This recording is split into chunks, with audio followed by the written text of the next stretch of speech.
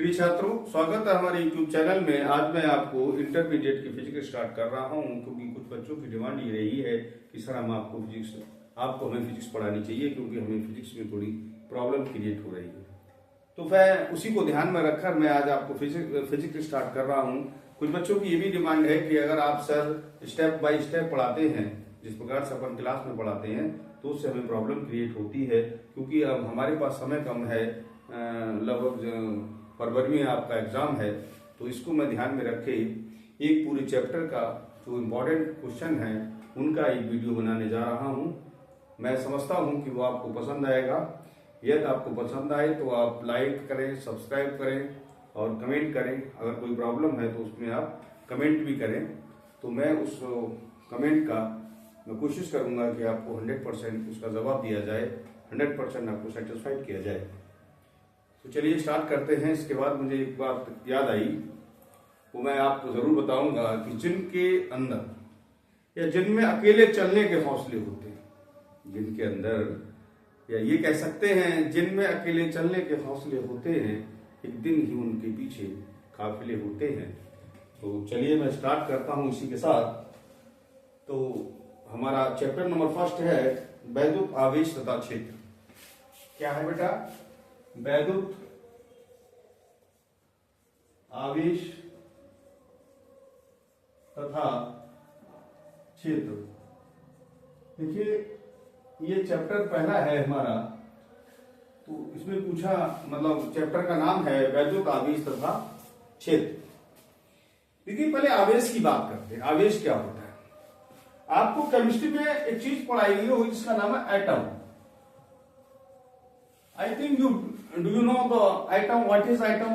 Atom क्या होता है या परमाणु क्या होता है? एटम किसे कहते हैं? देखिए, एक सबसे पहले केमिस्ट्री में एक खोज हुई थी, जिसमें एक थे जॉन डाल्टन। जॉन डाल्टन ने कहा था atom is the smallest part of the particle. उन्होंने बताया था कि एटम जो होता है वो किसी कण का सबसे छोटा भाग होता है, जिसे एटम कहते हैं या फिर परमाणु कहते हैं। लेकिन उसके बाद एक मिस्टर रदरफोर्ड साइंटिस्ट आए थे, उन्होंने कहा ऐसा नहीं, atom is also break in the electron, proton and neutron. तो उन्होंने जैसे बताया था कि जैसे इसके अंदर जो होता है वो प्रोटॉन और न्यूट्रॉन रहते हैं, इलेक्ट्रॉन इसकी आउटर सेल्स में मूव करते हैं। ठीक है? तो देखिए, जो भी इस ब्रह्मांड में जितनी भी वस्तुएं हैं, सारी जो है वो अणु से मिलकर बनी है। अणु परमाणु से मिलकर बना है। इस प्रकार से जो परमाणु है वो किसी भी पार्टी या किसी भी पार्टिकल या किसी बॉडी का स्मॉलेस्ट पार्ट होता है, लेकिन वो ब्रेक नहीं होता है, लेकिन वो 3 भागों से मिलकर बना होता है, ऐसा रदरफोर्ड ने बताया था। तो देखिए, जब जैसे ये परमाणु है, तो किसी परमाणु में जितने प्रोटॉन होते हैं उतने ही इलेक्ट्रॉन होते हैं, यानी number of proton and the number of electron are same in atom. किसी परमाणु पर प्रोटॉन और इलेक्ट्रॉनों की संख्या समान होती है। देखिए, एक प्रोटॉन पर जो आवेश होता है वो 1.6 × 10⁻⁹ कूलम होता है। ठीक है? फर्क सिर्फ इतना होता है, प्रोटॉन पे ये आवेश प्लस का होता है, जबकि इलेक्ट्रॉन पे ये आवेश नेगेटिव होता है, माइनस का होता है। ठीक है बेटा? तो अब हमारे लिए जो हमारे बात हमें जो इसमें जो चैप्टर है, इसमें ये समझाना चाहता है कि आवेश, वैद्युत आवेश क्या होता है, वैद्युत क्षेत्र क्या होता है, इस विषय में हमें आपको समझाना है। तो मैं ये बताना चाहूंगा कि कोई भी चीज होती है वो अणु परमाणु से मिलकर बना होता है, और परमाणु 3 भाग से मिलकर बना होता है, जिसमें प्रोटॉन, न्यूट्रॉन और इलेक्ट्रॉन होते हैं। प्रोटॉन और न्यूट्रॉन उसके अंदर रहते हैं, जिसे हम न्यूक्लियस या नाभिक कहते हैं। इलेक्ट्रॉन जिसके आउटर सेल्स पे मूव करता है, बाहरी कक्षाओं में घूमता है। किसी भी एटम होता है, वो एटम जो होता है उसमें number of proton and number of electron are same in atom, so you can say that the atom has no charge, because the जो इलेक्ट्रॉन पे चार्ज है वो प्रोटॉन पर चार्ज है, वो दोनों इक्वल होते हैं, जबकि neutron has no charge. Neutron पे कोई आवेश नहीं होता, इसलिए कहा जाता है कि एटम हैज नो चार्ज। क्या होता है, जब कोई परमाणु जो होता है जिसकी बाहरी आउटर सेल्स में इलेक्ट्रॉन्स होते हैं, जब वो इलेक्ट्रॉन निकल जाते हैं, सपोज करें जैसे आपने देखा होगा NaCl, सोडियम देखा होगा। Na का परमाणु क्रमांक जो होता है 11 होता है। 11 होने के बाद जैसे 2 8 1 इसकी बाहरी कक्षा में 1 इलेक्ट्रॉन होता है। जब बाहरी कक्षा का 1 इलेक्ट्रॉन इसका निकल जाता है तो इसकी इलेक्ट्रॉनों की संख्या कितनी हो जाएगी बेटा? 10। प्रोटॉन कहाँ होता है? उसके न्यूक्लियस में, तो प्रोटॉन रह गया है। इसका मतलब है कि ये 10 इलेक्ट्रॉन है, 10 प्रोटॉन है, तो 1 प्रोटॉन ज्यादा हो गया। तो हम कह सकते हैं कि वो परमाणु जो है उस पर धनावेश है। तो धन और ऋणावेश क्या होता है? किसी परमाणु पर सामान्य अवस्था से, किसी परमाणु पर सामान्य अवस्था से इलेक्ट्रॉनों की संख्या अगर कम होती है तो ये कहा जाता है परमाणु धनावेश है। और किसी परमाणु पर सामान्य अवस्था से इलेक्ट्रॉन ज्यादा होते हैं तो उस परमाणु को ऋणावेशित कहा जाता है। ठीक है, तो मैं ये बताना चाहूंगा आवेश क्या होता है, आप समझने की कोशिश करें। आवेश की डेफिनेशन आपके एग्जाम में नहीं आएगी, लेकिन आपका काम क्या है, आवेश कहते किसे हैं, तो आप इस बात को नोटेड रखें माइंड में कि आवेश क्या होता है। किसी भी परमाणु पर सामान्य अवस्था से इलेक्ट्रॉनों की अधिकता या इलेक्ट्रॉनों की कमी को हम आवेश कहते हैं। अगर इलेक्ट्रॉनों की सामान्य अवस्था से इलेक्ट्रॉन कम है तो आप कह सकते हैं धनावेश है, और सामान्य अवस्था से अगर इलेक्ट्रॉन ज्यादा है तो आप कह सकते हैं कि वह ऋणावेश है। ठीक है बेटा, तो इसी आवेश को ध्यान में रखें। आवेश का जो मात्रक है, आवेश का मात्रक, आवेश का मात्रक जो है बेटा वो होता है कूलम। क्या होता है? कूलम। आवेश का मात्रक कूलम होता है। और मैंने बताया था कि एक इलेक्ट्रॉन पर जो आवेश होता है 1.6 गुणा 10 की पावर -19 कूलम होता है। ठीक है बेटा, ये माइनस का होता है, जबकि एक प्रोटॉन का इलेक्ट्रॉन होता है 1.6 गुणा 10 की पावर -19 कूलम होता है। ये प्लस का होता है। ठीक है बेटे, तो आवेश को आपको कोई ये इसकी डेफिनेशन को पढ़ने की कोई आवश्यकता नहीं है। आप कह सकते हैं किसी परमाणु पर सामान्य अवस्था से इलेक्ट्रॉन अगर ज्यादा या कम है तो हम कह सकते हैं परमाणु आवेशित है। अगर उसको इलेक्ट्रॉन जो है वो सामान्य अवस्था से कम है तो हम कह सकते हैं कि परमाणु में धनावेश है। और यदि किसी परमाणु पर इलेक्ट्रॉन अगर अधिकता है, यानी प्रोटॉन्स की अपेक्षा इलेक्ट्रॉन अधिक है, तो you can say that the atom has positive charge. ठीक है, the unit of charge is coulomb. तो एक प्रोटॉन पर इलेक्ट्रॉन को इतना आवेश होता है, प्रोटॉन पर इतना आवेश होता है। ठीक है बेटा, तो आवेश शायद समझ में आ गया हो कि आवेश किसे कहते हैं। अब आगे बढ़ते हैं आवेश के साथ। देखिए इस पर आपको क्वेश्चन आएगा, तो Q equal to NE। N है नंबर ऑफ इलेक्ट्रॉन, जहां E है इलेक्ट्रॉन पर आवेश। तो आपको शायद मैं समझा पाया कि इलेक्ट्रॉन आवेश क्या है। आवेश क्या, किसी परमाणु पर सामान्य अवस्था से इलेक्ट्रॉन की कमी या अधिकता को हम आवेशित कहते हैं। ठीक, अब कितना आवेश है ये बताना है। जैसे आप मैंने बताया था ये सोडियम है, सोडियम की का जो 11-23 होता है, इसका 11 परमाणु क्रमांक है, 23 इसका परमाणु भार है। तो नंबर ऑफ इलेक्ट्रॉन, इसमें नंबर ऑफ प्रोटॉन को 11 है। जब आउटर सेल से इलेक्ट्रॉन निकल जाएगा तो आप इलेक्ट्रॉन की संख्या 10 बता सकते हैं। इसका मतलब एक प्रोटॉन ज्यादा है तो उस पर कितना आवेश है? 1 इलेक्ट्रॉन के बराबर धनावेश। 1 इलेक्ट्रॉन के बराबर धनावेश। तो किसी का आवेश निकालने का ये फार्मूला है Q बराबर NE। ठीक है, अगर मैंने बताया था किसी पर अगर इलेक्ट्रॉन ज्यादा है सामान्य अवस्था से तो उस पर ऋणावेश है, और कम है तो फिर धनावेश है। लेकिन उसको निकालने के लिए हमारा जो फार्मूला इस्तेमाल होगा उसका नाम है Q बराबर NE। तो आपको इसमें केवल एक बात पूछी जा सकती है कि आवेश का मात्रक क्या होता है, आप बता सकते हैं कूलम होता है। दूसरा, ये एक इलेक्ट्रॉन पे आवेश है, एक प्रोटॉन पे आवेश, इसका उपयोग कुछ नहीं, केवल न्यूमेरिकल्स के लिए होगा। किसी पे कितना आवेश है तो याद रखिए वो Q बराबर NE। Q बराबर NE।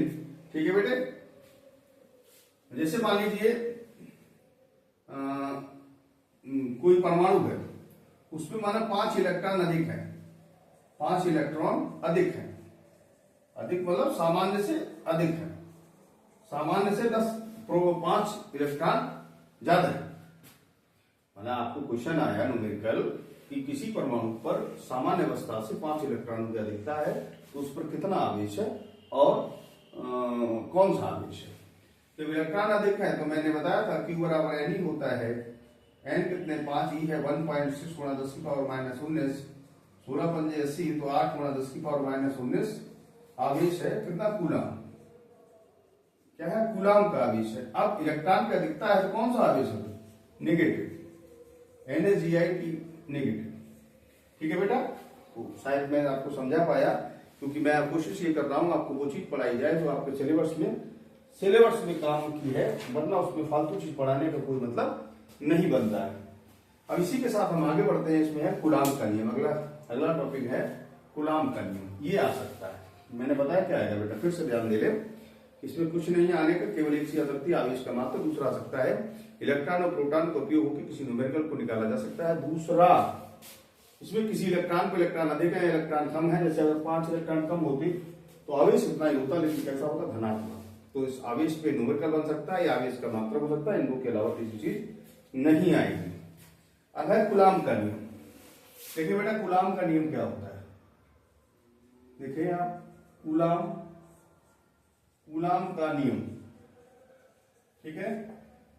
इसको आप याद करने के लिए मैं आपको बड़ा एक सिंपल तरीका बताने की कोशिश करूंगा, और मैं कोशिश करूंगा कि आपको ये याद भी हो जाए, ठीक है। तो मैं कूलाम के नियम को लिखने का प्रयास करता हूं।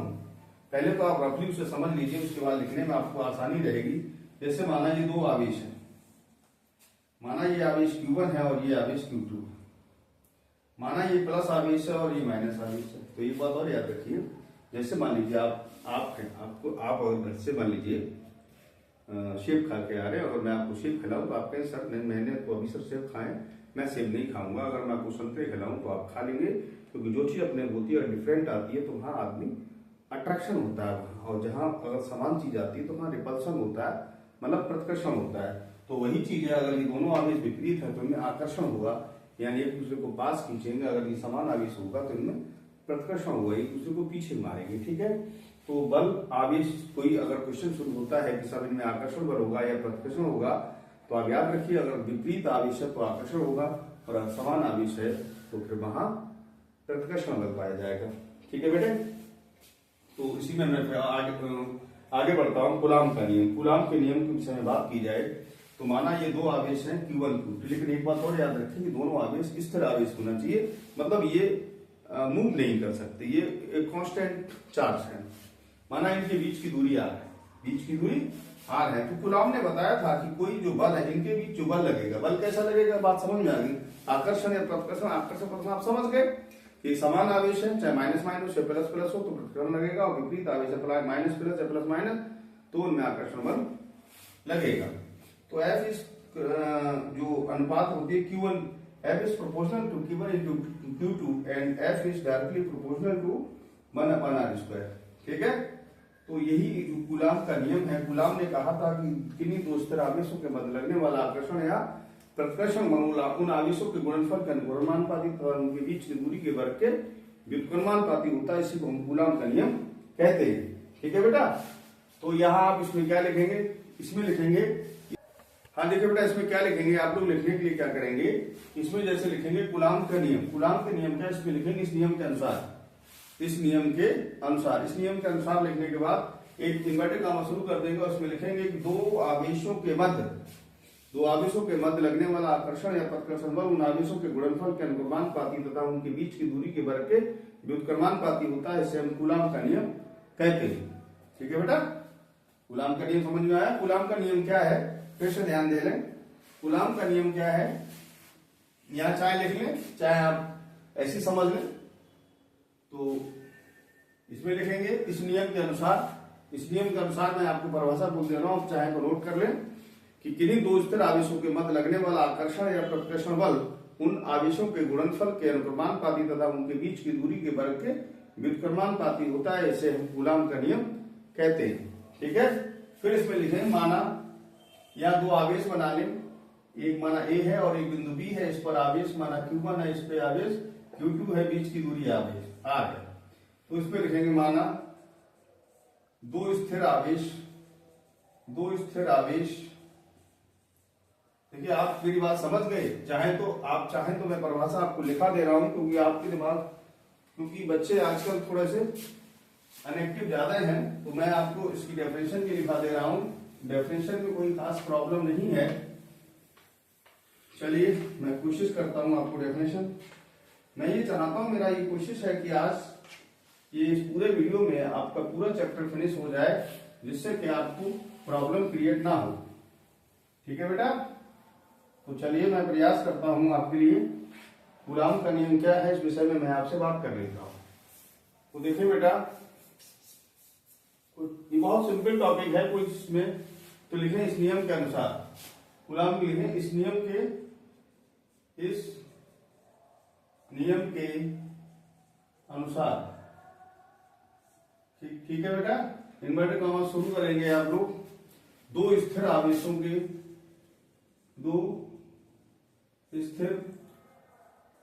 आवेशों के मध्य लगने वाला आकर्षण या प्रतिकर्षण बल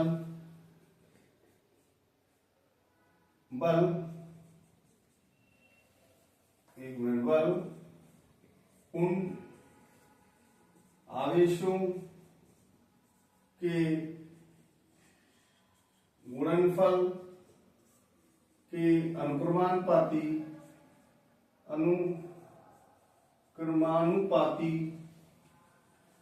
तथा उनके बीच की दूरी के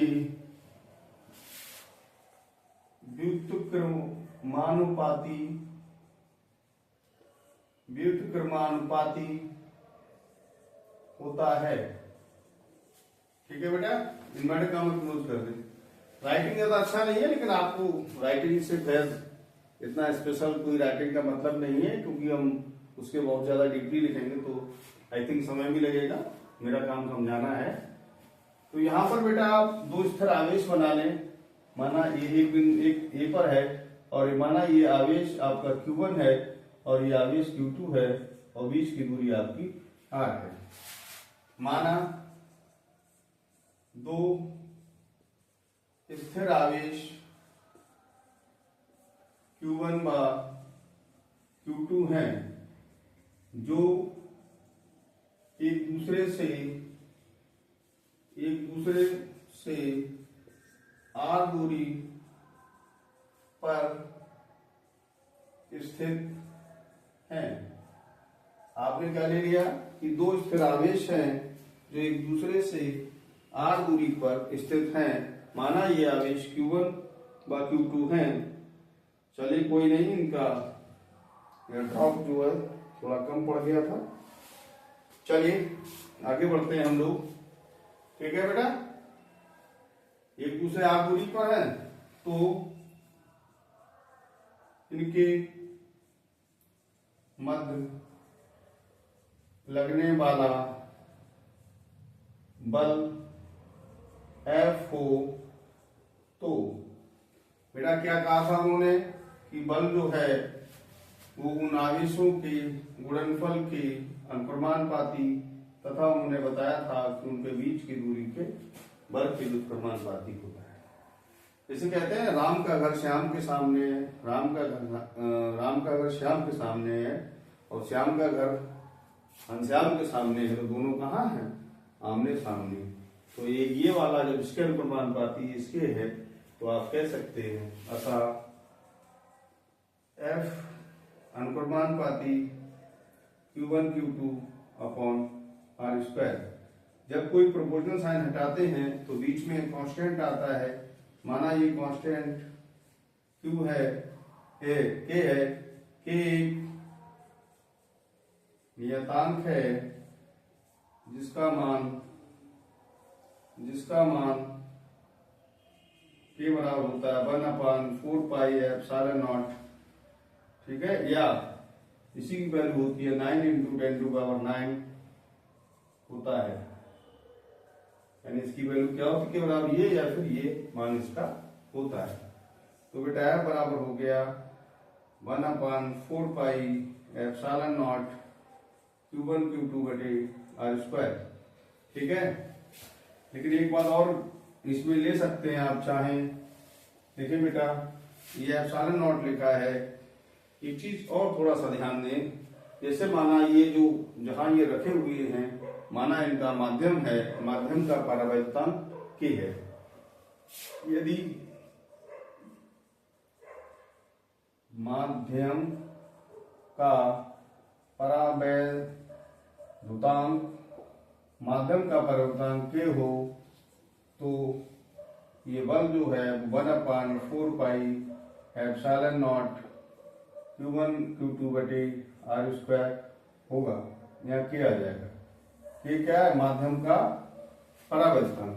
ठीक है, फिर इसी में फिर चाहे आप ले सकते हो, यदि माध्यम वायु या निर्वात हो, वायु या निर्वात हो तो Q बराबर बेटा 1 हो जाएगा, F बराबर 1/4πε0 Q1 Q2 बटे r²।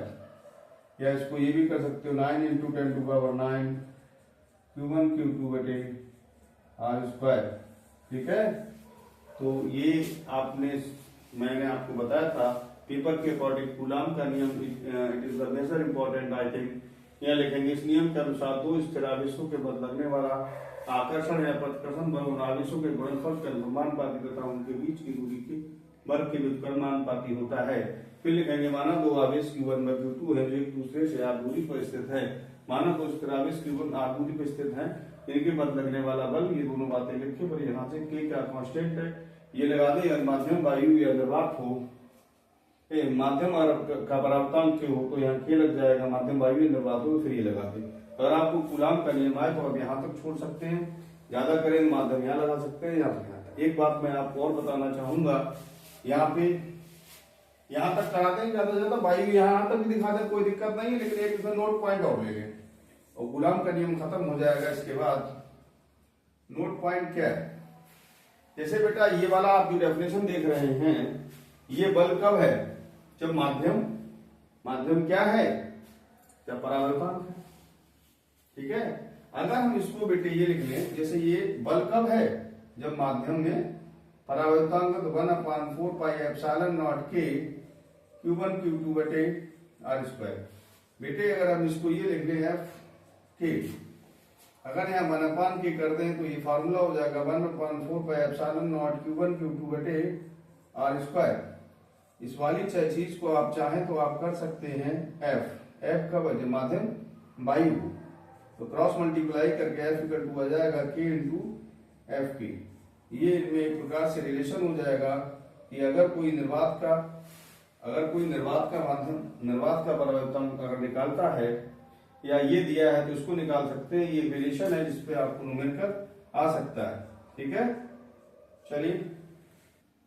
हाँ देखिए स्टूडेंट्स, अब आपके सामने मैं कोशिश कर रहा हूँ, मैं अभी आपको जो लॉन्ग में थोड़ा सा हो रहा है क्योंकि मैं चाहता हूँ कि आपको क्लियर हो जाए। चलिए मैं कोशिश करता हूँ थोड़ा जल्दी भी कराऊं, तो वीडियो बना थोड़ा सा लेंदी हो जाएगा। वैद्युत क्षेत्र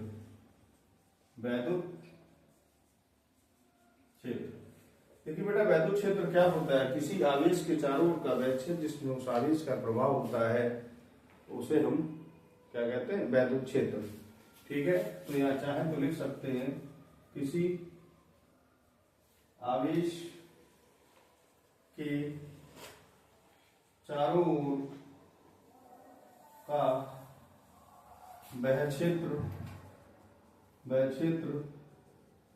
जिसमें उस आवेश का प्रभाव होता है। क्या होता है, प्रभाव मतलब इफेक्ट, प्रभाव होता है। ठीक है, वैद्युत क्षेत्र कहलाता है, वैद्युत क्षेत्र कहलाता है। ठीक है बेटा, जैसे कोई चीज है, हमने चुंबक देखी होगी, उसके चारों ओर कितनी राउंड में चुंबक का प्रभाव है, उसके का चुंबकीय क्षेत्र कहते हैं।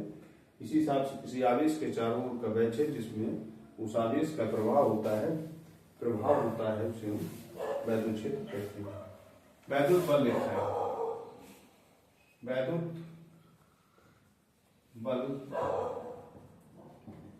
बल रेखाएं। देखिए बेटा, वैद्युत बल रेखाएं, वैद्युत बल रेखाएं क्या होती हैं ये आते हैं। मैं कोशिश कर रहा हूं आपको समझाने की वैद्युत बल रेखाएं क्या होती हैं। ठीक है, तो देखो क्या होता है, हाँ, तो देखिए वैद्युत बल रेखाएं किसे कहते हैं। तो जैसे कोई आवेश है, उसके चारों ओर उस आवेश को दिखाने के लिए जो काल्पनिक रेखाएं खींची जाती हैं, उन्हें हम क्या कहते हैं, वैद्युत बल रेखाएं।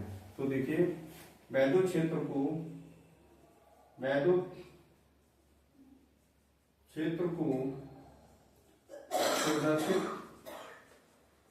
प्रदर्शित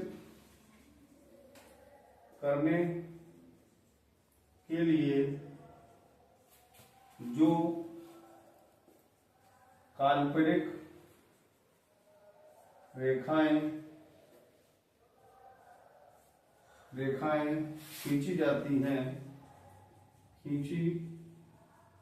खींची जाती हैं उन्हें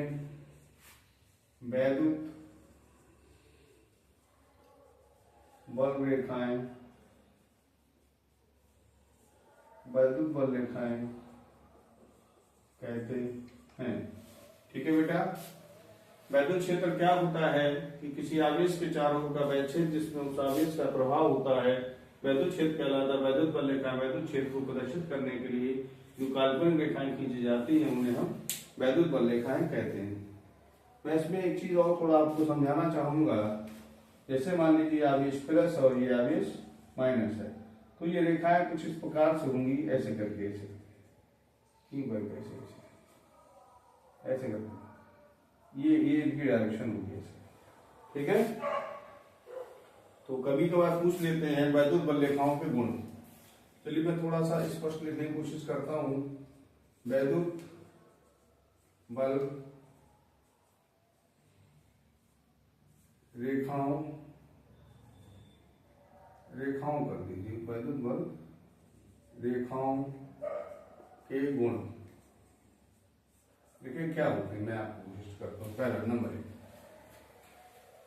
ये धनावेश, इनकी दिशा धनावेश से ऋणावेश की ओर होती है। इनकी दिशा धन आवेश से ऋण आवेश, धनावेश से ऋणावेश की ओर होती है। नंबर 2, यह कभी एक दूसरे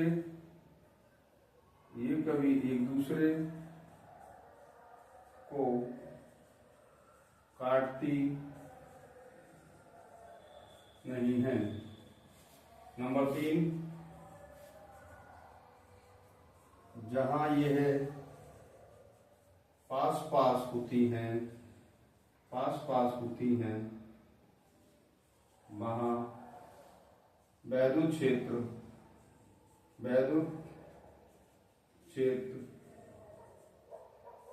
प्रबल होता है। ठीक है। नंबर अगला, जहां यह दूर होती हैं, वहां वैद्युत क्षेत्र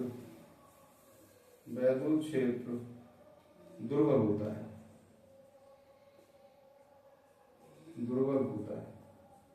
दुर्बल का मतलब ये नहीं कमजोर, दुर्बल का मतलब वहां कम होता है, और प्रबल का मतलब होता है कि वहां अधिक होता है। ठीक है बेटा। चलिए अब मैं अगला है वैद्युत क्षेत्र की तीव्रता। ठीक है बेटा। और इसमें आ नहीं पाएगा। चलिए नेक्स्ट हेडिंग है हमारी वैद्युत क्षेत्र की तीव्रता। चलिए ठीक है।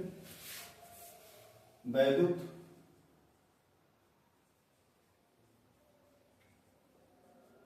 क्षेत्र की तीव्रता, ये हमारी नई हेडिंग है, वैद्युत क्षेत्र की तीव्रता। देखें फिजिक्स में परिभाषाएं होती नहीं। आप अगर परिभाषा बनाना सीख जाते हैं, देन आई थिंक फिर कोई प्रॉब्लम नहीं। देखिए मैं आपको इसका फार्मूला इधर समझाने का प्रयास करता हूं। ई बराबर होता है एफ बटे क्यू। अगर क्यू को हम एक माना, क्यू को हम एक माने, जैसे माना क्यू बराबर 1, तो ई बराबर कितना हो गया बेटा एफ। तो वैद्युत क्षेत्र में स्थित किसी एकांक आवेश पर, आवेश कैसा हो, एकांक को, उसी पर लगने वाला बल को उस बिंदु पर वैद्युत क्षेत्र की तीव्रता कहते हैं। इसे आप किस प्रकार से कह सकते हैं, ठीक है। मैंने क्या लिखे, एकांक नहीं, ऐसे नहीं, वैद्युत क्षेत्र में, वैद्युत क्षेत्र में एकांक आवेश, एकांक आवेश पर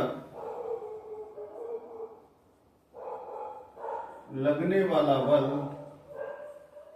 लगने वाला या लगने वाले बल का मान उस बिंदु पर, उस बिंदु पर वैद्युत क्षेत्र की तीव्रता के बराबर होता है, ठीक है। हमने लिखा है वैद्युत क्षेत्र में एकांक आवेश पर लगने वाले बल का मान उस बिंदु पर वैद्युत क्षेत्र की तीव्रता के बराबर होता है। ये इसकी परिभाषा हो सकती है। माना, माना वैद्युत क्षेत्र, वैद्युत क्षेत्र ई में क्यू आवेश स्थित है, ठीक है, तथा उस पर लगने वाला बल F है, तो E बराबर F बटे Q, ठीक है बेटा। इसका मात्रक, इसका मात्रक, मात्रक होता नहीं है, बना लिए जाते हैं। बल का मात्रक क्या होता है, न्यूटन, न्यूटन पर, कुछ ऐसे लिख देते हैं कूलाम, कुछ ऐसे लिख देते हैं कूलाम, कोई दिक्कत नहीं, न्यूटन पर कूलाम होता है, ठीक है बेटे। अच्छा, विमा की बात कर ले, विमा क्या होती है, तो विमा भी बना लीजिए। बल की विमा क्या होती है, mnt-2, और Q माने आवेश, आवेश क्या होता है Q बराबर बेटा IT, I माने धारा यानी एम्पियर, T माने टाइम, इसकी विमा क्या हो गई A इंटू टी। जब इसे ऊपर ले जाएंगे तो MLT-3, एक माइनस यहां जाएगा और A-1, इसकी बेटा क्या हो गई विमा। अच्छा, एक बात आप और याद रखिए, वैद्युत क्षेत्र की दिशा, ये नोटेड पॉइंट है, बहुत इंपॉर्टेंट पॉइंट है, इस पर बहुत सारे न्यूमेरिकल होंगे। वैद्युत क्षेत्र में स्थित आवेश पर वैद्युत क्षेत्र की तीव्रता की दिशा, ठीक है, दिशा उस आवेश पर लगने वाले बल की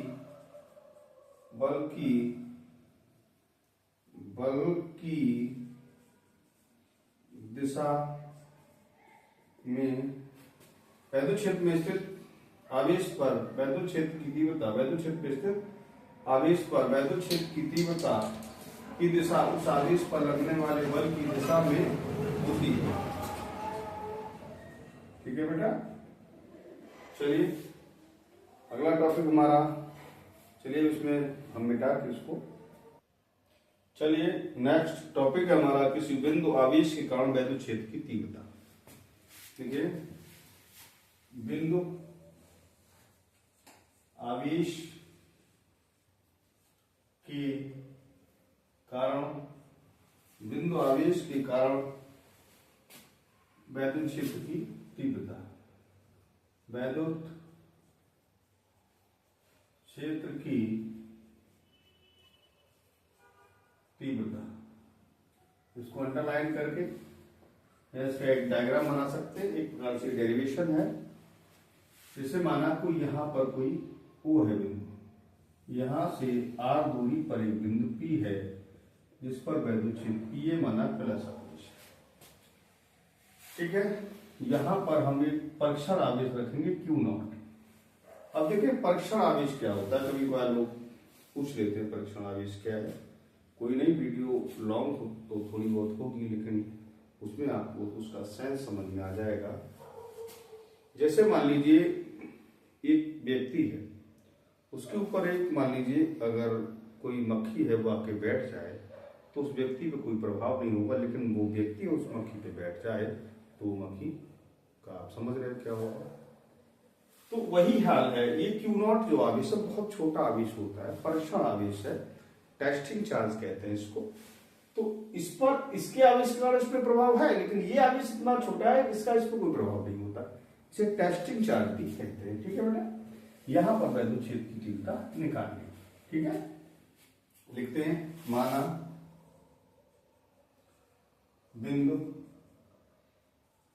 बिंदु O पर प्लस Q आवेश स्थित है, माना बिंदु O पर प्लस Q आवेश स्थित है। ठीक है, इससे R दूरी पर एक बिंदु P है जिस पर वैद्युत क्षेत्र की तीव्रता ज्ञात करनी है। माना, नई लाइन से लिखिए, माना माध्यम का परावैद्युतांक, माना माध्यम का परावैद्युतांक K है। ठीक है, तथा बिंदु P पर तीव्रता E है। ठीक है, अब देखिए आप एक बार नोटिस करें, हमने माध्यम का परावर्तन K ले लिया है। अभी दो आवेश है, अगर इनके मध्य बल निकालें तो कौन सा बल होगा बेटा? प्रतिकर्षण, क्योंकि दोनों समान आवेश है। ठीक है, दोनों आवेशों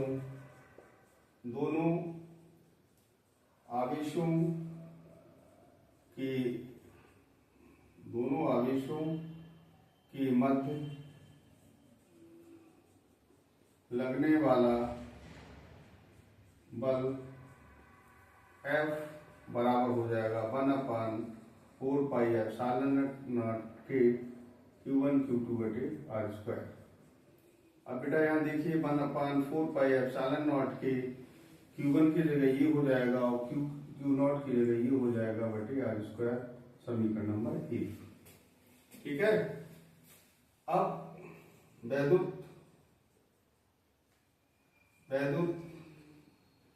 क्षेत्र की तीव्रता हमने आपको से पहले पढ़ाया है। वैद्युत क्षेत्र की तीव्रता E बराबर होता है F अपान जहां होती है वो आवेश वहां नीचे होता है, E बराबर हो जाएगा 1/Q0। इस F की वैल्यू है 1/4πε0 के Q0 अपान R²। ये Q से Q0 कट जाएगा, E बराबर हो जाएगा 1/4πε0 के Q बटे R²। देखिए बेटा, पूछ ली बात, यहाँ पे लिखने, यदि माध्यम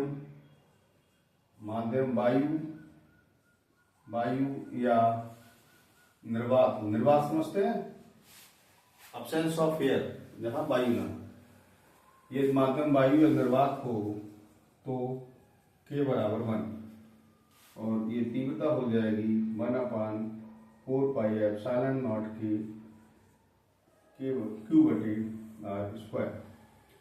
अच्छा, इसका मात्रक भी लिख लें। मात्रक पीछे मैं आपको बता चुका हूं, न्यूटन पर कूलम।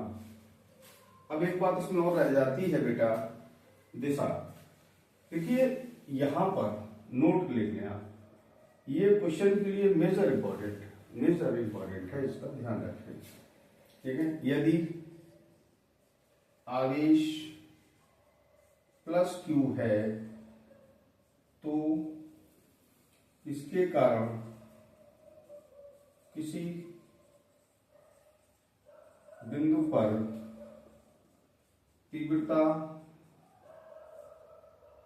तीव्रता की दिशा इस बिंदु से दूर की ओर होगी। क्यों होगी? अब सवाल ये उठता है। जैसे मैंने अभी इससे पहले जो मैंने बताया था कि जो दिशा है वो कैसी होती है, जिधर बल लगेगा वो दिशा होती है। तो ये प्लस है, ये प्लस है, तो दोनों में बल प्रतिकर्षण होगा, यानी बल इधर लग रहा है तो तीव्रता की दिशा भी इधर ही होगी, यानी इसके कारण तीव्रता की दिशा इधर होगी, ऐसा। ठीक है बेटा। नोट अगला है, यदि आवेश -Q हो तो तीव्रता की दिशा उस आवेश की ओर होगी, उस आवेश के ओर होगी। अच्छा, अभी क्यों होगी इस विषय पे जो चर्चा करते हैं हम। अगर ये माइनस है, ये प्लस Q आवेश है, तो दोनों में आकर्षण होगा, तो ये बल इधर की ओर लगेगा, तो फिर तीव्रता की दिशा इस साइड में जाएगी। ठीक है, अब यहां तक आप नोट कर लें। देखिए नेक्स्ट हेडिंग हमारी वैद्युत द्विध्रुव।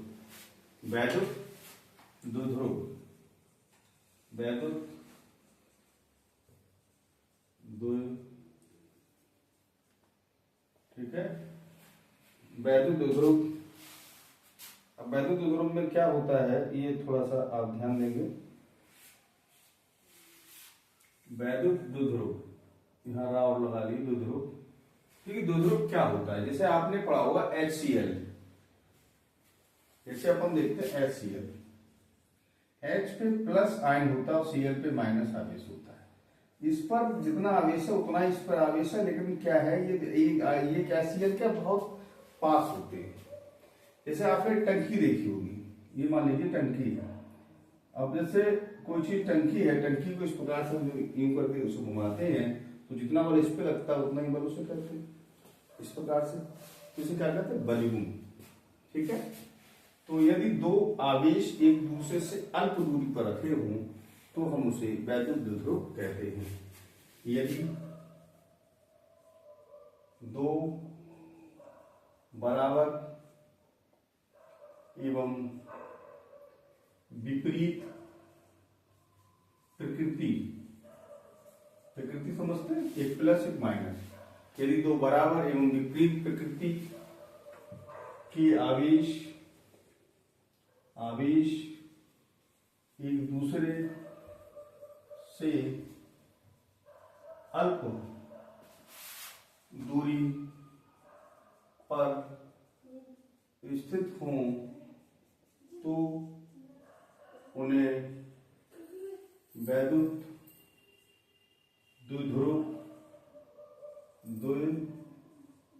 द्विध्रुव कहते हैं।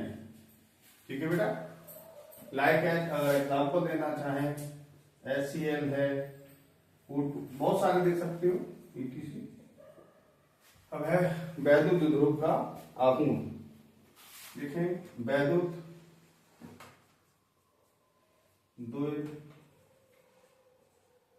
द्विध्रुव का आघूर्ण आपसे पूछा जाएगा, वैद्युत द्विध्रुव का आघूर्ण किसे कहते हैं। ठीक है बेटा, कोई नहीं, जैसे आप यहाँ बना लीजिए, माना ये दो आवेश हैं है तो बहुत पास पास, लेकिन इतना दूर हम दिखा दे रहे हैं। माना ये माइनस क्यू आवेश है, ये प्लस क्यू आवेश है, इसके बीच की दूरी 2l है। ठीक है, तो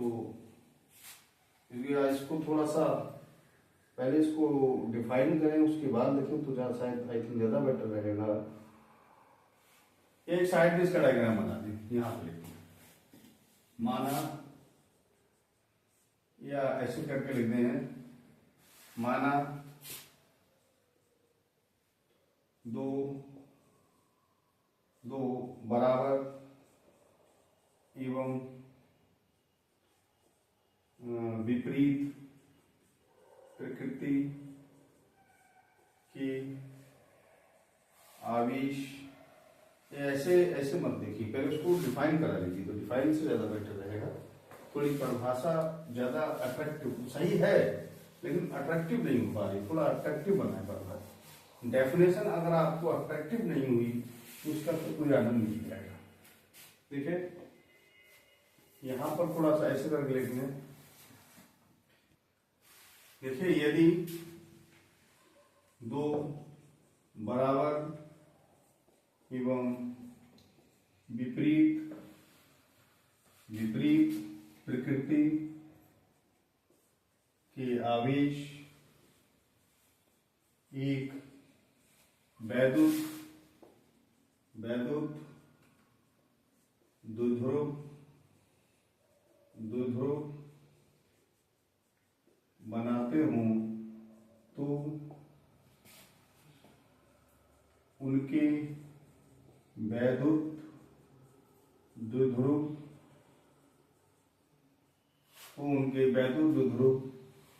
का आघूर्ण उनमें से एक आवेश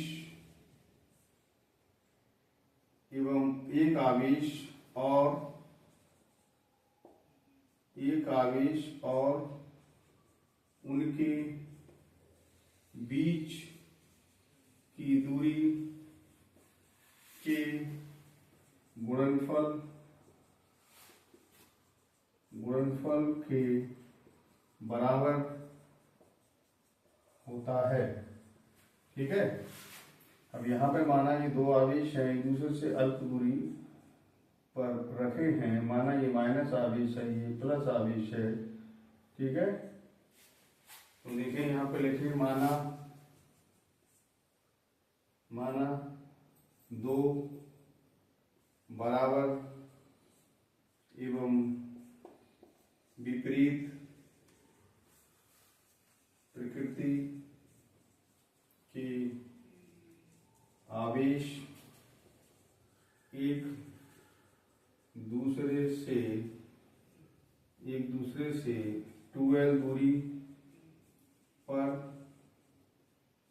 पर स्थित हैं, तो वैद्युत द्विध्रुव का आघूर्ण बराबर होगा Q गुणा 2l। देखिए यदि दो बराबर एवं विपरीत प्रकृति के आवेश एक दूसरे दो बराबर एवं विपरीत प्रकृति के आवेश एक वैद्युत ध्रुव बनाते हो तो उनके वैद्युत ध्रुव का आघूर्ण उनमें से एक आवेश और उनके बीच की दूरी के गुणनफल के बराबर होता है। यहाँ एक लाइन और लिखें, इसे P से प्रदर्शित करते हैं, ये और लिख लीजिएगा। ठीक है, ये माइनस है प्लस क्यू एक दूसरे 2l दूरी पर माना तो बराबर विपरीत प्रकृति के आवेश एक दूसरे से 2l दूरी पर स्थित है, तो वैद्युत ध्रुव का आघूर्ण क्या हो जाएगा, Q इंटू 2l, तो Q हो जाएगा 2QL। ठीक है बेटा, ये आपका यहां तक फिनिश हो गया। देखिए छात्रों, अगला हमारा जो टॉपिक है वैद्युत ध्रुव के कारण वैद्युत क्षेत्र की तीव्रता। ये दो प्रकार से निकलती है, एक अक्षीय स्थिति होती है और एक निरक्षीय स्थिति होती है। तो पहले आपको निरक्षीय स्थिति की बात करेंगे। वैद्युत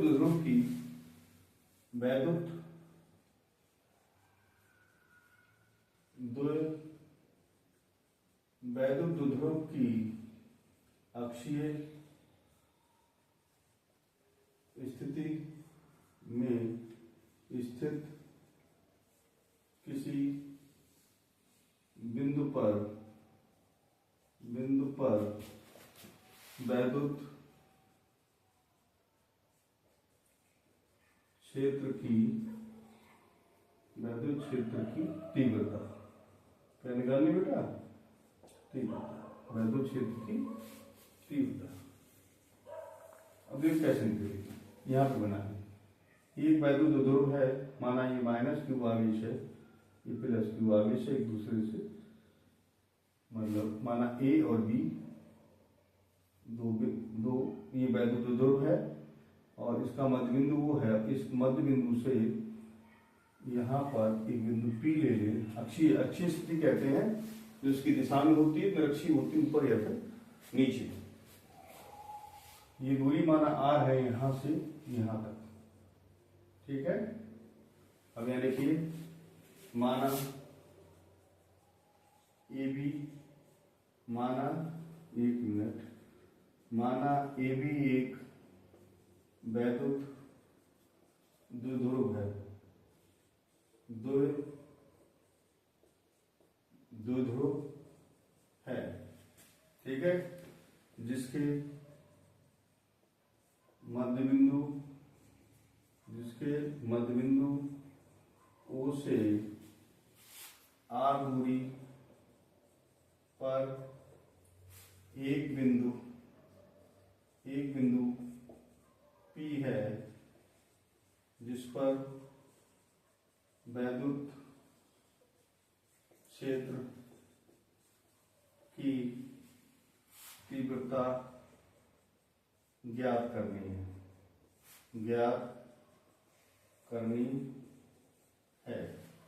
ठीक है, ये वैद्युत द्विध्रुव है, ये भी इसके मध्य बिंदु से आर दूरी पर एक बिंदु पी है, इस पर वैद्युत क्षेत्र की तीव्रता ज्ञात करनी। कौन सी स्थिति में? अक्षीय। इधर अक्षीय होगी, ऊपर वाली निरक्षीय स्थिति होती है, ठीक है। माना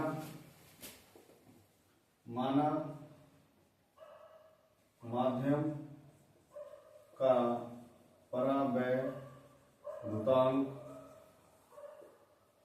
के है, ये हमने मान लिया। अब देखें, माइनस क्यू आवेश, माना माइनस क्यू आवेश के कारण बिंदु P पर तीव्रता E1 है। हम मान ले रहे हैं कि जो हमारा माइनस क्यू आवेश है, उसके कारण माइनस आवेश है, इसके कारण इस बिंदु पर तीव्रता E1 है।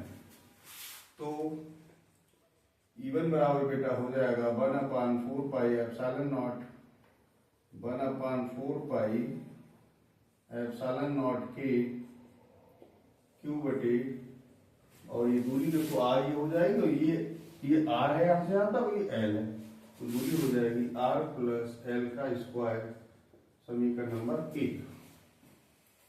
माना प्लस क्यू आवेश के कारण बिंदु P पर तीव्रता E2 है।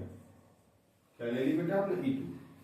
और E2 लिखेंगे तो E2 बराबर हो जाएगा, हाँ एक बात रह गई, कोई बात नहीं, पहले बाद में लिखते, 1/4 पाई एप्सिलॉन नॉट के, यहां से देखें ये दूरी आर कम हो, ये एल कम जाएगी, ये दूरी आर है यहां से यहां तक, तो ये एल ये घट जाएगी, तो ये हो जाएगी यहां से यहां तक आर माइनस एल, तो आर माइनस एल का स्क्वायर, समीकरण नंबर 2। लेकिन एक प्रॉब्लम है, मैंने बताया था, अगर आवेश माइनस होता है तो किसी बिंदु पर दिशा तीव्रता निकालते तो उसकी ओर होती है, तो उसकी दिशा इधर होगी, किसकी? E1 की, और इसके कारण तीव्रता की दिशा निकालेंगे तो वो इससे दूर की ओर हो जाएगी। यहां पर लिख दें, दिशा हो जाएगी पीए दिशा में, और यहां पर लिख दें आप बीपी दिशा में, ठीक है बेटा। अब हम यहां मान ले रहे हैं, माना बिंदु P पर परिणामी तीव्रता E है। अब परिणामी तीव्रता का मतलब क्या है भाई, यहां से यहां पर तीव्रता की दिशा इधर के लिए, इसके कारण तीव्रता इधर उधर है, तो मतलब कोई चीज है उसको कोई इधर खींच रहा है कोई इधर खींच रहा है, तो परिणामी कैसे निकालेंगे, ज्यादा में से कम को लेस करा देंगे। अब देखें ER माइनस एल है, तो आप देख रहे हैं ये कम है, जब कम है तो ये ज्यादा होगी और ये ज्यादा है तो ये कम होगी, लिहाजा यहाँ जो है वो E2 ज्यादा हो जाएगी, तो E बराबर हो जाएगा बेटा E2 माइनस E1। E2 कितना है 1/4 पाई एप्सिलॉन नॉट के Q बटे R माइनस एल का स्क्वायर, इसमें से 1/4 पाई एप्सिलॉन नॉट के Q बटे R प्लस एल का स्क्वायर घटा देंगे। ठीक है बेटा, याद आइए इस साइड, तो E बराबर बेटा हो जाएगा, इसमें से देखिए 1/4 पाई एप्सिलॉन नॉट की Q भी कॉमन है, तो यहाँ 1/4 पाई एप्सिलॉन नॉट की Q भी कॉमन ले लें, तो यहाँ रह जाएगा R माइनस एल का square minus R plus L का स्क्वायर। 1/4 पाई एप्सिलॉन नॉट की Q यहाँ है, एलसीएम ले लें, R माइनस एल का स्क्वायर R प्लस एल का स्क्वायर, तो यहाँ R प्लस एल का स्क्वायर हो जाएगा R माइनस एल का स्क्वायर हो जाएगा। 1/4 पाई एप्सिलॉन नॉट की, और यहाँ Q है बेटा, इसे खोलेंगे तो R square plus L square plus 2RL minus R square plus L square minus 2RL, ये दोनों पे स्क्वायर है, लिहाजा अंदर गुणा करा देंगे R square minus L square का स्क्वायर। ठीक है बेटा, इसको जब आप खोलेंगे तो ये आपको देखो R square plus L square plus 2RL minus R square minus L square plus 2RL हो जाएगा, अपॉन हो जाएगा R square minus L square का, ये दोनों कैंसिल हो रहे हैं, तो ये बराबर आ जाएगा 1/4 पाई एप्सिलॉन नॉट के, ये Q यहाँ कर दीजिए तो 2R पहले 2QL। ठीक है, देखिए Q ये है, ये 2 2 4 हो गया 4RL, और ये Q तो 4QRL ये हो जाएगा upon R square minus L square का स्क्वायर। या फिर से देखें आप 1/4 पाई एप्सिलॉन नॉट के, ये बेटा 2QL है, ये आपका P हो जाएगा, तो 2PR upon R square plus L square R square minus L square का स्क्वायर। ये शायद आपको देख रहे हैं 2 और 2 4RL हो गया, Q ये तो 4R, तो हमने इसको यहाँ ऐसे करके तोड़ के लिख दिया है, तो 2 ये लिख दिया, 4 का 2 2QL R, क्योंकि हमें मालूम है 2QL P होता है।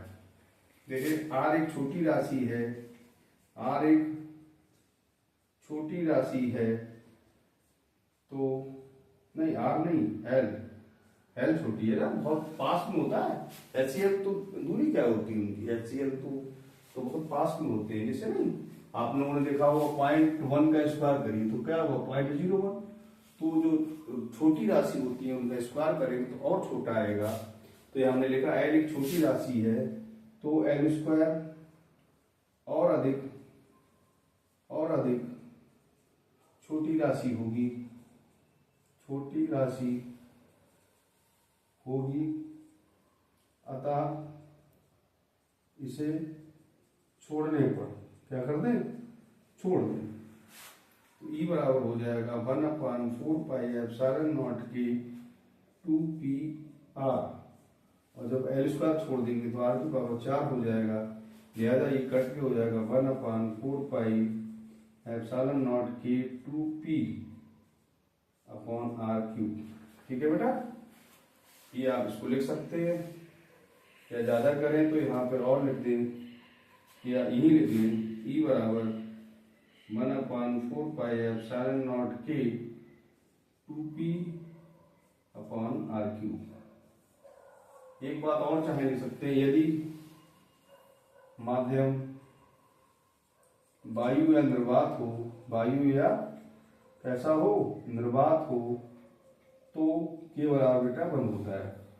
तो इस स्थिति में ई बराबर हो जाएगा 1/4 pi epsilon not 2p upon r³। That's all. ठीक है। यहाँ पे अगर आपको ये नहीं दिख रहा हो तो यहाँ के जो लिखा के की जगह आप 1 लगा सकते हैं।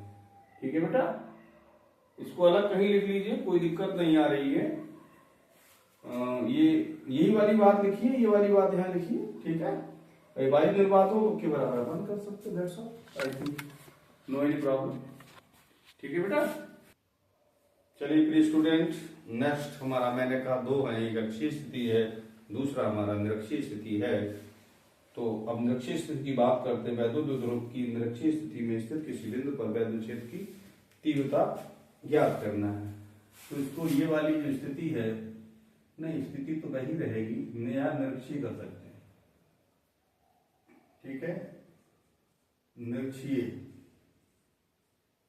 क्या लिखना है, निरक्षीय स्थिति में। ठीक, अब वैद्युत ध्रुव की निरक्षीय स्थिति में स्थित किसी बिंदु पर वैद्युत क्षेत्र की तीव्रता।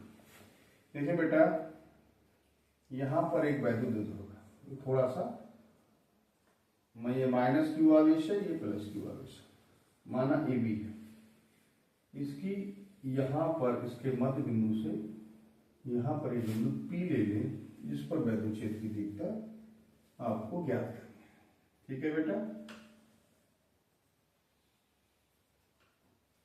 निरक्षीय माना ये मध्य बिंदु है, ये दूरी r है और ये दूरी 2l है, यहां से यहां तक।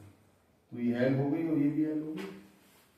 इसमें आप ऐसा कर लीजिए, यहाँ पे त्रिभुज POB में, POB इस त्रिभुज की बात करते हैं, तो ये क्या होगा, PB² बराबर हो जाएगा r² प्लस l², और PB बराबर निकाले तो अंडर रूट हो जाएगा r² प्लस l², और इसी प्रकार से जो PA होगी वही PB होगी, वो हो जाएगी under root r² plus l²। इसकी हमें आवश्यकता रहेगी। ठीक है, तो यह लिखेंगे, माना AB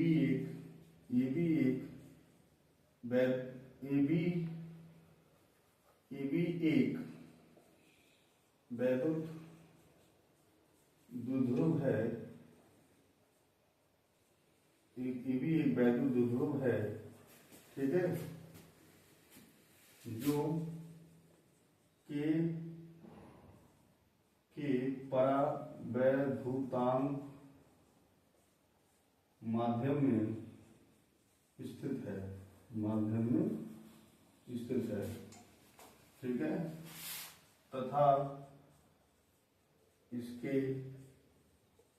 मध्य बिंदु O से r दूरी पर इसके मध्य बिंदु O से r दूरी पर निरक्षीय स्थिति में, क्या है, निरक्षीय स्थिति में एक बिंदु P है। ठीक है, जिस पर वैद्युत क्षेत्र की तीव्रता ज्ञात करनी। क्या करना बेटा, ज्ञात करनी। अब देखिए क्या करते हैं, +q आवेश के कारण, माइनस पहले ले लो, -q आवेश के कारण बिंदु P पर तीव्रता E1 है। हमने तीव्रता क्या ले ली बेटा, E1 मान लिया। अब E1 ले ली है तो E1 बराबर हो जाएगा 1/4 पाई एप्सिलॉन नॉट के Q/r²। r का मतलब है AP², यहाँ हो जाएगा बेटा AP²। ये E1 बराबर ले सकते हैं 1/4 पाई एप्सिलॉन नॉट के Q, और AP का मान जब ये लगाएंगे, इसका स्क्वायर करेंगे तो ये हो जाएगा r² प्लस एल स्क्वायर समीकरण नंबर 1। अच्छा ये देखिए, ये माइनस आवेश है तो इसकी जो तीव्रता दिशा है वो यहाँ पर इधर के लिए होगी E1। ठीक है, पी ए दिशा में, पी ए दिशा। ठीक है बेटा, अब देखें प्लस क्यू आवेश के कारण बिंदु P पर तीव्रता E2 है। हमने तीव्रता क्या मान ली बेटा? E2 मान ली। तो तीव्रता E2 मान ली है तो E2 बराबर हो जाएगा 1/4 पाई एप्सिलॉन नॉट के क्यू बटे आर प्लस एल का स्क्वायर हो जाएगा, क्योंकि जितनी दूरी ये है उतनी ये, इसका स्क्वायर करेंगे रूट में तो इसका रूट हट जाएगा। दिशा देखें, ये प्लस आवेश है तो इससे दूर की ओर होगी, यानी ऐसी होगी। कैसी होगी? ऐसी। ठीक है बेटा, दिशा लिख लें, दिशा बीपी दिशा में, बीपी या बीपी में कर दीजिए। ठीक है बेटा, चलिए अब देखें, इसके कारण तीव्रता दिशा इधर है, उसके कारण तीव्रता दिशा इधर है, तो इनके देखो घटक निकाल लेते हैं या वियोजित भाग। इसका वियोजित भाग, अगर ये कोण थीटा मान ले, ये कोण थीटा मान ले रहे हैं हम, तो यहां पर इस प्रकार से अगर बनाएं तो ये थीटा है तो ये भी थीटा हो जाएगा। ये E1 है तो इधर क्या हो जाएगा? E1 cos theta. ठीक है बेटा, और इधर इसका एक घटक होगा, उदाहरण घटक कह सकते हैं E1 sin थीटा। इसका घटक अब देखें, ये कोण थीटा है तो ये भी थीटा होगा क्योंकि संगत कोण है। इसका इधर मान निकालेंगे तो वो भी क्या हो जाएगा? E2 cos थीटा, और ये वाला घटक निकालेंगे तो वो हो जाएगा E2 sin थीटा। देखिए E1 sin थीटा का मान E2 sin थीटा के बराबर होगा, परंतु विपरीत है, इसलिए एक दूसरे से ये निरस्त हो जाएंगे और इन दोनों घटक की दिशा में तो ये जुड़ जाएंगे।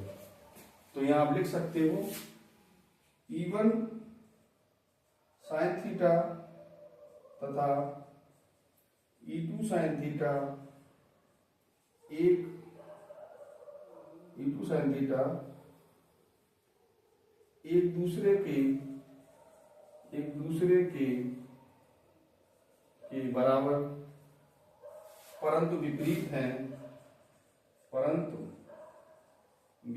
हैं,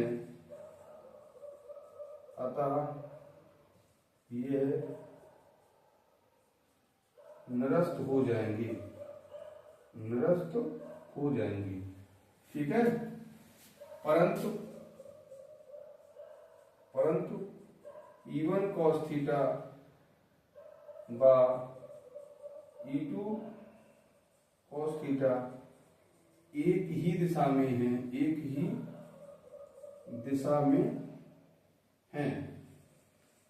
ठीक है बेटा, माना बिंदु P पर परिणामी तीव्रता E है। देखिए हमने यहां पर परिणामी तीव्रता E मान ली बेटा, तो ये E1 cos थीटा इधर है, E2 cos थीटा इधर है, ये दूसरे के बराबर कट जाएंगे, ये दोनों जुड़ जाएंगे। तो परिणामी तीव्रता बेटा कितनी हो गई आपकी?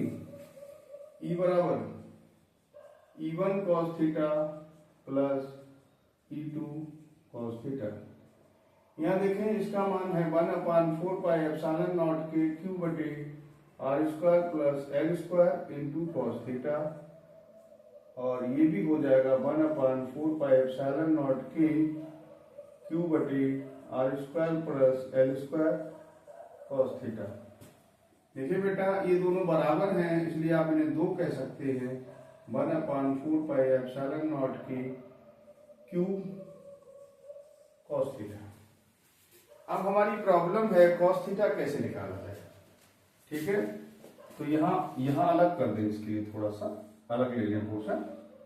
त्रिभुज AOP में कॉस थीटा बराबर, एक मिनट, हाँ ये तो रहेगा लिखने से, यहां लिख लीजिए R square plus L square. तो आपको cos थीटा आधार बटे कर्ण होता है, ये आधार है ये कर्ण है, यानी L बटे under root R square plus L square. ठीक है, तो अब ये वाली वैल्यू यहाँ लगा सकते हैं आप, 2 गुणा 1/4 पाई एप्सिलॉन नॉट के क्यू बटे R square plus L square into L बटे under root R square plus L square. देखिए बेटा 1/4 पाई एप्सिलॉन नॉट के 2QL, इसको हम P कह सकते हैं, ये R square plus L square की पावर हो जाएगी 1 और आधी 3/2। ठीक है बेटा, और लिख रहे हैं यहाँ पर थोड़ा सा, देखें थोड़ा सा यहाँ लिखेंगे, एल एक छोटी राशि है, एल एक छोटी राशि है, अतः एल स्क्वायर और अधिक छोटी राशि होगी, अतः इसे छोड़ने पर, इसे छोड़ दीजिए तो ये E बराबर हो जाएगा 1/4 पाई एप्सिलॉन नॉट के और P बटे, जब ये छोड़ देंगे आर स्क्वायर पावर 3/2 हो जाएगा, आर स्क्वायर की पावर हो जाएगी 3/2, अभी 2 से 2 कट जाएगा, लिहाजा हो जाएगा 1/4 पाई एप्सिलॉन नॉट की P बटे आर क्यूब। ठीक है बेटा, इसको ज्यादा करें थोड़ा सा और लिख सकते हैं, E बराबर क्या है 1/4 पाई एप्सिलॉन नॉट के P बटे आर क्यूब। यदि माध्यम वायु या निर्वात हो, वायु या क्या हो निर्वात हो, तो के बराबर क्या होता है बेटा 1, तो E बराबर हो जाएगा 1/4 पाई एप्सिलॉन नॉट के P बटे, यहाँ के की जगह 1 हो जाएगा, के यहाँ खत्म हो जाएगा, तो ये एप्सिलॉन केवल बचेगा यहाँ पर 4 पाई एप्सिलॉन नॉट। ठीक है बेटा, वायु निर्वात तो ये हो जाएगा वैसे ही। ठीक, या देखिए अब हमारे इस चैप्टर का जो लास्ट टॉपिक रह गया है, एक समान वैद्युत क्षेत्र में रखे वैद्युत ध्रुव पर लगने वाला वॉल्यूम का आघूर्ण। हेडिंग है एक समान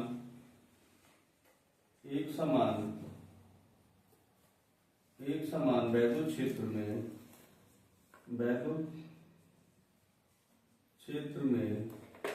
स्थित वैद्युत द्विध्रुव पर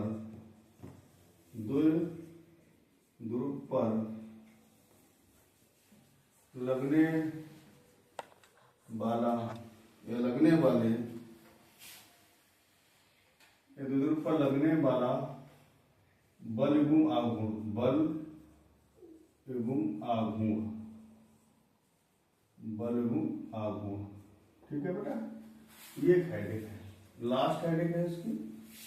जैसे माना एक वैद्युत क्षेत्र है, ये वैद्युत क्षेत्र है, ठीक है, ई एक वैद्युत क्षेत्र है, इसमें एक वैद्युत ध्रुव रखा है इसके लिए। ठीक है, माना इसकी लंबाई 2L है, ये माना माइनस आवेश है और ये वाला प्लस आवेश है, तो इस पर ये बल इधर की ओर काम करेगा, इस पर इधर की ओर काम करेगा।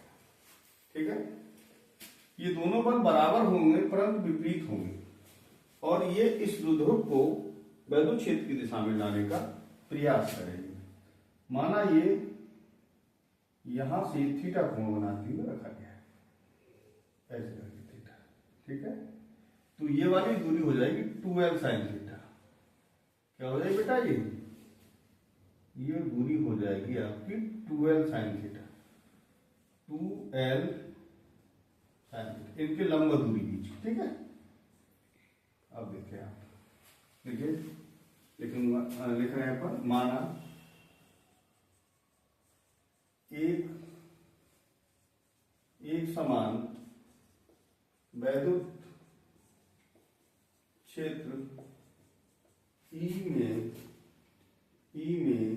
एक वैद्युत द्विध्रुव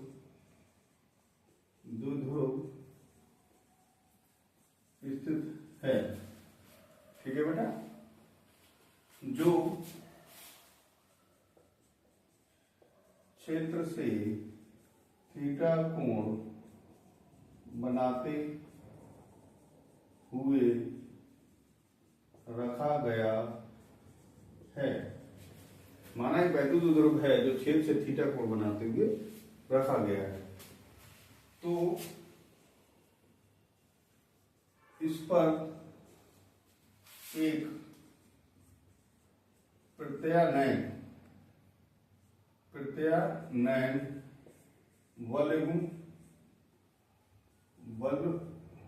बलयुग्म कार्य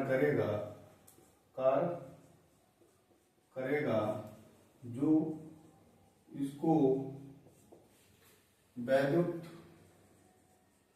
क्षेत्र की दिशा में लाने का प्रयास करेगा। ठीक है, तो इस पर लगने वाला बलयुग्म एक मिनट बलयुग्म का आघूर्ण एक प्रत्यानयन बलयुग्म कार्य करेगा, या इस पर एक बलयुग्म कार्य करेगा जो वैद्युत क्षेत्र की दिशा में लाने का प्रयास करेगा। इस पर लगने वाले बलयुग्म का आघूर्ण बराबर एक बल गुणा बीच की लंबवत दूरी, एक मिनट, लंबवत दूरी। अब बेटा एक बल मान लीजिए और बीच की दूरी कितनी है 2l sin थीटा, और इसे टाउ मान लीजिए। टाउ बराबर हो जाएगा f 2l sin थीटा।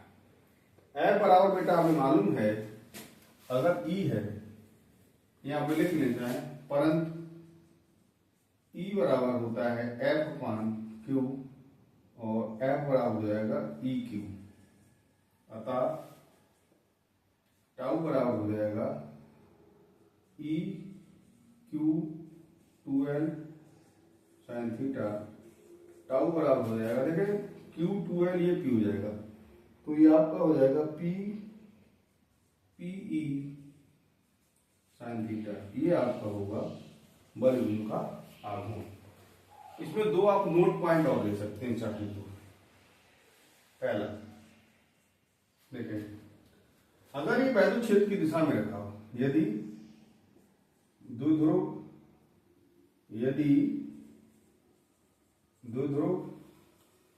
वैद्युत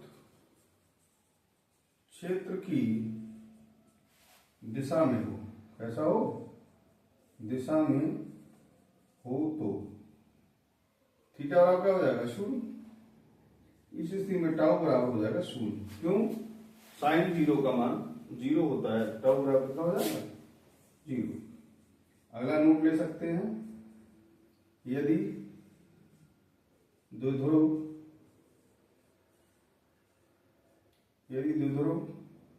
ऐसा हो लंबवत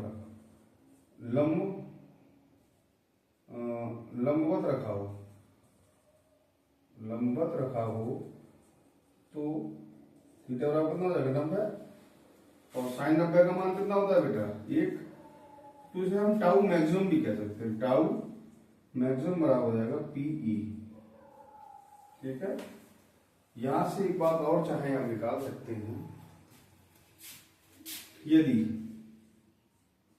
E बराबर मान लें 1 न्यूटन पर कूलम, तो टाउ मैक्सिमम बराबर हो जाएगा P। ठीक है, अब लंबवत रखा है और वैद्युत क्षेत्र 1 है, तो जो टाउ मैक्सिमम है किसके बराबर होगा, वैद्युत द्विध्रुव के आघूर्ण के बराबर। ठीक है, तो आप लिख सकते हैं यहां पर बलयुग्म का आघूर्ण, ठीक है, उस वैद्युत द्विध्रुव के आघूर्ण के बराबर होगा जो 1 न्यूटन पर कूलम के एक समान क्षेत्र में लंबवत रखा हो। ठीक है। कभी कभार पूछ लेते हैं आपसे कि ये बताइए भैया कि, ठीक है, कभी कभार पूछ लेते हैं कि बलाघूर्ण का जो बलून का आघूर्ण है उसकी परिभाषा क्या होगी। तो ई बराबर 1 ले लें तो टाउ मैक्सिमम बराबर P हो जाएगा। तो बलून का आघूर्ण उस वैद्युत द्विध्रुव के आघूर्ण के बराबर होगा जो 1 न्यूटन पर कूलम के एक समान क्षेत्र में, यहाँ गलत हो गया, क्षेत्र के लंबवत रखा हो, में क्षेत्र के लंबवत रखा हो। इन्वर्टेड कॉमा क्लोज कर दें। देखिए मैं आपको एक बात और बताना चाहूंगा। ये आज आपका पूरा चैप्टर फिनिश हो गया है और मैं आपको इस प्रकार से जो चैप्टर्स हैं उनको वन शॉट में एक बार में एक पूरा चैप्टर कराऊंगा और इसके साथ न्यूमेरिकल का भी पूरा एक वन शॉट रहेगा। ठीक है।